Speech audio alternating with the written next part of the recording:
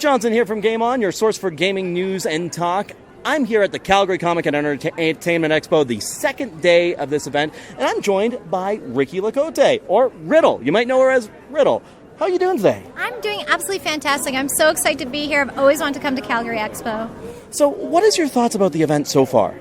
The event is amazingly put together, so professional, so well run. I mean, there's a lot of stuff going on behind the scenes that attendees don't get to see, but as one of their guests, I kind of get to interact and see everything. And they put on a fantastic show for the attendees and for the guests. Excellent. Now, when you got your start in cosplay, did you ever think you would get to this point where you're going around to different events? I mean, just the other day, you were interviewed by Playboy even. Yeah, I was really excited. No, when I started cosplay, it was very, I hate to use the word underground. We were kind of like, you know, it's very rare you would see your photo on the net, but I just loved doing it. And I thought it was like my way of showing how much I love the characters. And yeah, had you asked me, in like 5 or 6 years from then, you'll be a guest at conventions and then eventually you'll be on a TV show, you'll be interviewed by Playboy, you'll be traveling to New Zealand, around the world, I wouldn't have believed you. To know that something that I just started and I continue to do because I love it would allow me and afford me so many great opportunities.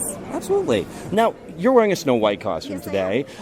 Is it the Disney characters that you enjoy doing, or what is your favorite characters to really put a costume together for?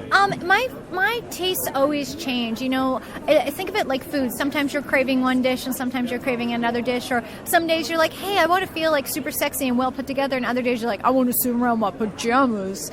So sometimes it's the designs that interest me, and then I fall in love with the character, and that was the case with Snow White. And then sometimes I just love the character, and I was like, I really think I could do a really cool interpretation of that character. Excellent. And I've seen you do some pretty crazy armor characters as well. Take me through just the time that goes into something like that. Obviously, this is not something that can be done overnight. No, absolutely. I am a big advocate of creating something you're proud of, and creating something well-crafted does take time. So I will spend, find the character. Then what I'll do is find a bunch of references and find like the pieces that I like and how I want to translate it into something that exists in the real world. And then from there, it's like sourcing all the materials, sourcing the fabrics. If you're going to be doing a prop, how do you want the prop to look, and what steps do you need to do to achieve that look? So it is a lot of cosplay is the planning stages, and the making part of it is a huge portion, but it's equally as important as going in there with a plan. Riki, thank you very much for taking your time today. Thank you so much for having me. I'm Jeff Johnson, your host for GameOn, your best source for gaming news and talk. This is voice actor Crispin Freeman. This is Courtney Taylor. This is Quentin Flynn here, and you're listening to Game On.